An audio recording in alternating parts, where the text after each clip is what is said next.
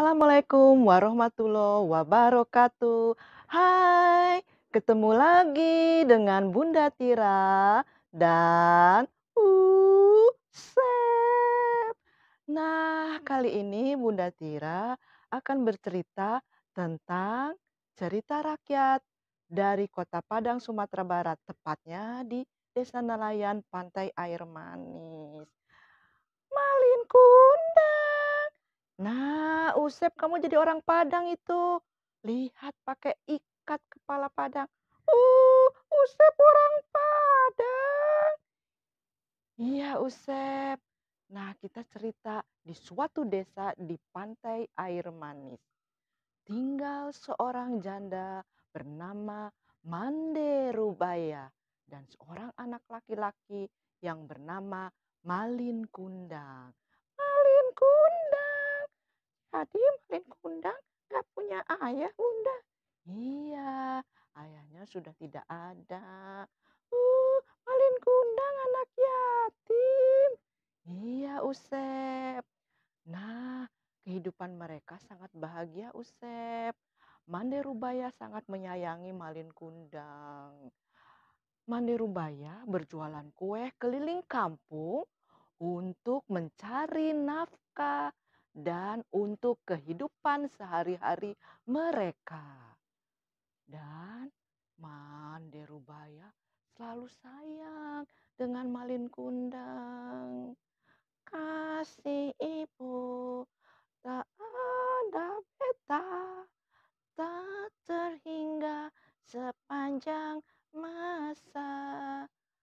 Hanya memberi, tak hadap kembali, bagaikan surya menyinari dunia.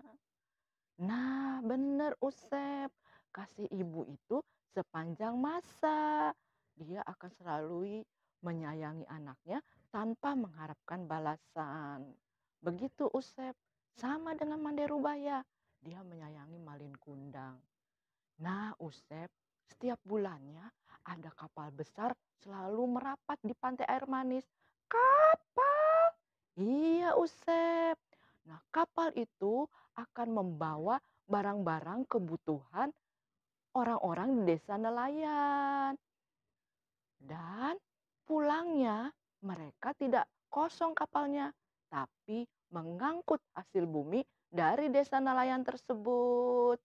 Itu namanya barter, Usep. Barter. Iya, karena dulu belum ada alat tukar uang, Usep. Jadi kita menukar barang dengan barang. Oh, barang dengan barang. Iya, Usep. Sehingga orang-orang di desa nelayan itu bisa memenuhi kebutuhan sehari-harinya berkat kapal yang merapat di sana. Oh, gitu.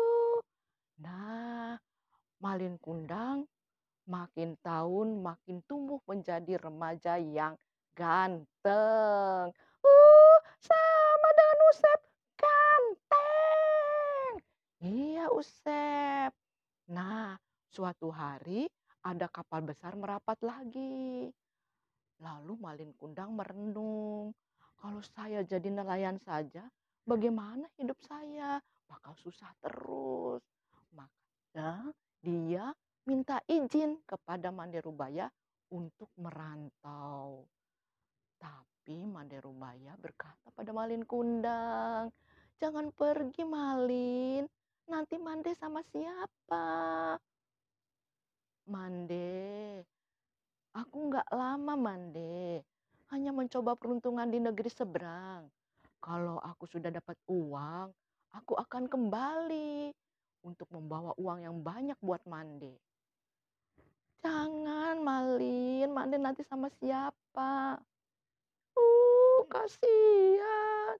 Iya Usep, tapi Malin Kundang mendesak terus.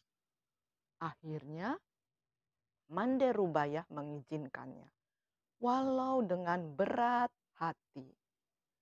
Saat kapal Malin Kundang berangkat, Mande Rubaya melambaikan tangan sampai kapal menghilang dari pandangannya. Lalu Mande berjalan ke rumahnya dengan perasaan yang sedih.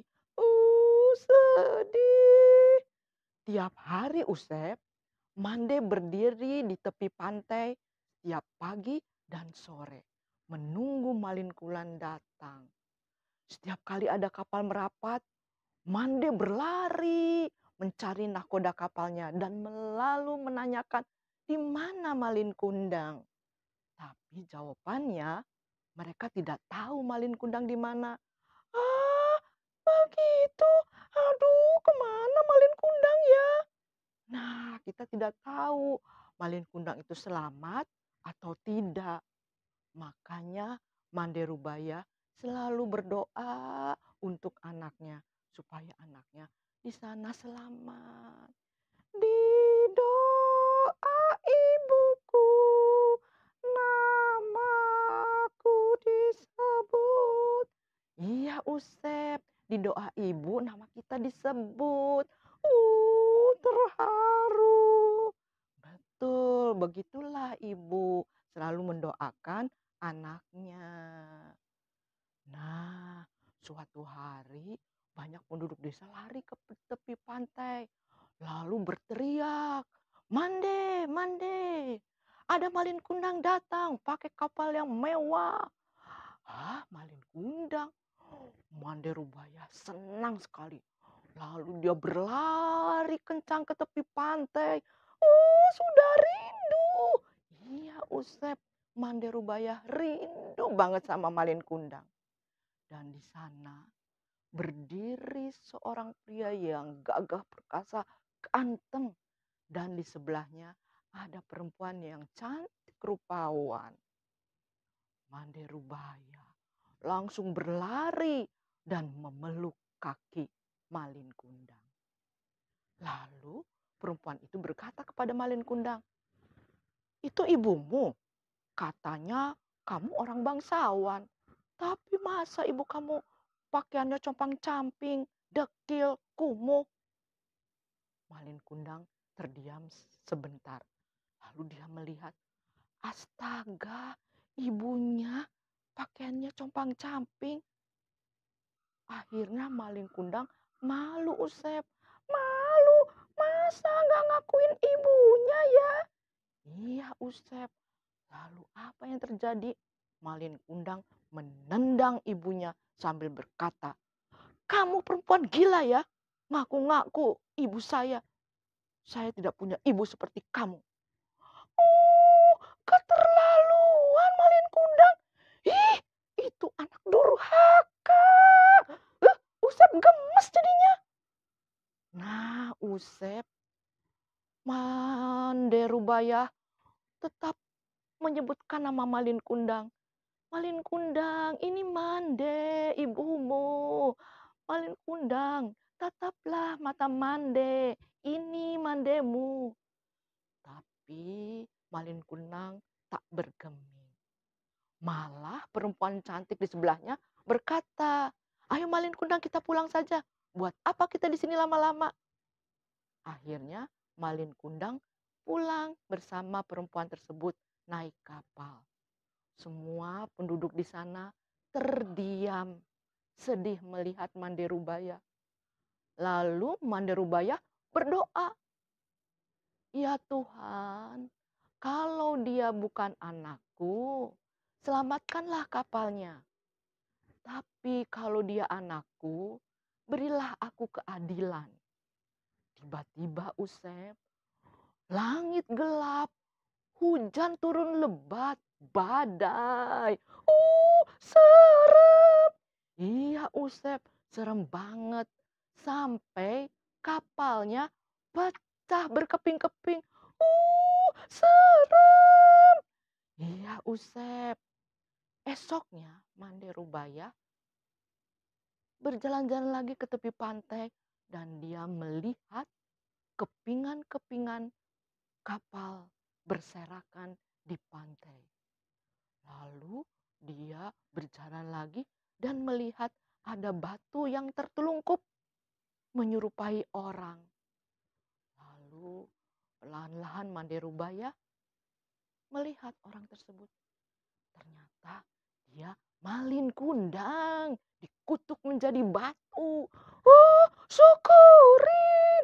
Ih, nggak boleh syukurin. Habis malin kundang jahat. Iya, dia memang jahat sama ibunya, tapi kita nggak boleh nyukurin, Usep. Nah, akhirnya batu yang menyerupai malin kundang itu menjadi pengingat buat masyarakat yang ada di desa sana, bahwa kita tidak boleh durhaka sama ibu. Nah, Usep, pesan moralnya apa? Itu sih gampang. Kita nggak boleh durhaka sama ibu. Ibu kita harus disayang, dihormati, dan dihargai. Betul, Usep. Bunda, Usep ada pantun. Oke. Buah manggis, buah pepaya. Cakep. Jangan jadi anak durhaka. Cakep. Kalau mau banyak pahala. Keren, Usep. Nah, teman-teman, begitulah cerita rakyat dari Kota Padang, Sumatera Barat. Jangan lupa subscribe, like, and share. Sampai jumpa lagi di cerita dan dongeng berikutnya. Dadah.